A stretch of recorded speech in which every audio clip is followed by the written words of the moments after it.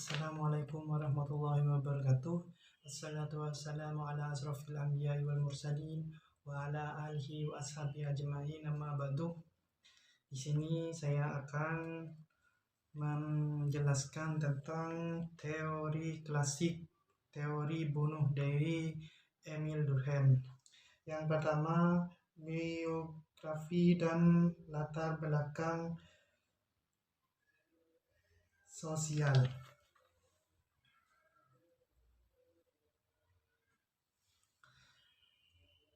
Di kota Epinal di timur laut Prancis, Emile Durkheim dilahirkan pada tanggal 15 April 1858. Dididik menjadi rabi oleh ayahnya yang seorang Yahudi, tetapi Durkheim menolak menjadi rabi ketika dia usia 10 tahun dan pindah sekolah. Meskipun berasal dari keluarga rabi dan bergaul dekat dengan guru-guru Katolik Roma, Durkheim lebih tertarik mempelajari agama dari perspektif akademik daripada teologis. Karena itu, Durkheim telah menyatakan dirinya agnostik dan ateis sejak muda. Yang kedua, B. Konteks sosial dan lahirnya teori. Konteks sosial yang melatar belakangi munculnya teori Durkheim adalah adanya pembagian kerja sosial dalam masyarakat. Durkheim melihat bahwa masyarakat tidak selalu homogen dan tidak drastis dalam perkembangannya. Dari ini, Durkheim melihat bahwa pecah dan berkembangnya kesatuan sosial merupakan akibat langsung dari perkembangan pembagian sosial masyarakat. C. Pemikiran dan substansi teori.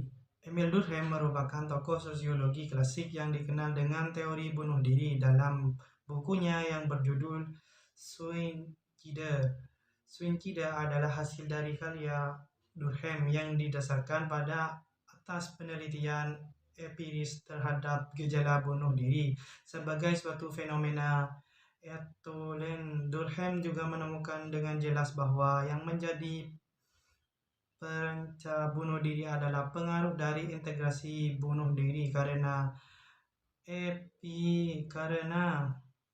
Emile Durkheim melihat bahwa lingkungan Tom dapat orang-orang melakukan bunuh diri, yang kemudian beredarkan ilmu Durkheim terkait dengan melakukan penelitian berbagai negara mengenai hal ini. Peristiwa bunuh diri merupakan keramatan sosial tersendiri. Karena itu dapat diajak karena penelitian dengan menghubungkan tahap struktur sosial dan derajat integrasi dalam suatu kehidupan.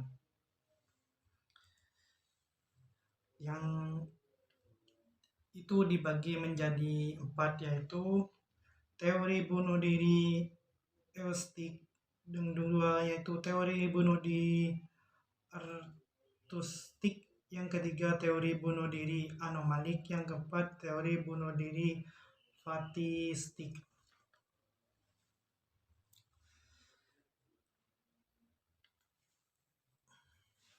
D. Metodologi. Semakin jelas bahwa teori sosial yang dikemukakan oleh Emile Durkheim berbasis pada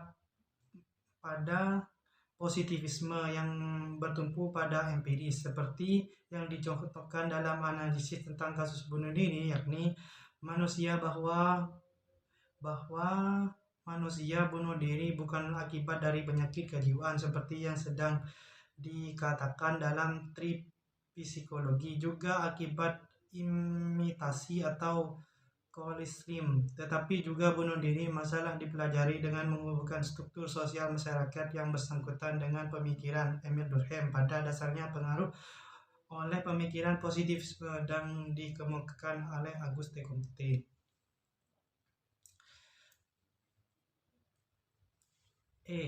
Unit analisis. Unit analisis yang digunakan dalam menanggapi fenomena sosial yang dipertanyakan Emile Durkheim telah ditemukan bahwa manusia akan dihubungkan dengan 2 sifat aturan, restriktif dan represif. Keluarga Klein dan Merga memiliki aturan refleksif. Pada hakikatnya, aturan itu merupakan manifestasi dalam kesadaran kolektif untuk menjamin kehidupan yang teratur dan baik yang dilakukan secara mekanis. Oleh karena itu, jenis kesadaran ini disebut solidaritas mekanis. Sebaliknya, Durkheim menyatakan bahwa masyarakat homogen semacam itu berkembang sebagai hasil dari dinamika masyarakat. Yang F. Unit analisis. Realitas sosial mendasari teori Durkheim adalah ada yang penolakan terhadap anggapan yang berkembang dalam masyarakat bahwa satuan sosial disebut masyarakat yang terjadi karena faktor kesenangan dan masyarakat terbentuk akibat adanya kontrak sosial. Tetapi sebaliknya, Durkheim menyatakan bahwa masyarakat itu terbentuk bukan karena adanya kesenangan atau kontrak sosial, melainkan adanya faktor yang lebih penting dari itu, yaitu adanya unsur-unsur yang mengatur terjadinya kontak atau lainnya. Masyarakat juga meningkatkan terkait kontak serta menentukan sah tidaknya kontrak itu. G. Bias keperpihakan. Tidak disangsikan lagi bahwa Durkheim adalah pengamat positif dan sejati. Padahal menurut Michel Polanyi 1996 dalam bukunya yang berjudul Segi Tak Terungkap, Ilmu menyatakan bahwa pemahaman mengenai analisis manusia tidak selamanya bisa diukur secara kuantitatif. Banyak ilmu pengetahuan yang tidak diungkapkan dengan metode pengukuran justru merupakan hakikat dari fakta. Yang H atau yang terakhir, mazhab. Mazhab dari teori bunuh diri Emil Durkheim mengarah pada aliran atau paradigma Galerian. Menurut Durkheim, gejala sosial perubahannya ada, namun pengertian real menurut Emil Durkheim terdiri dari kenyataan yang konkret dan konkret. Emil Durkheim menganggap kenyataan yang tidak konkret sebagai gejala insubjektif yang muncul dalam kesadaran manusia, sementara kenyataan yang real dapat dilihat dari diamati sebagai benda apa adanya. Sekian dari presentasi saya.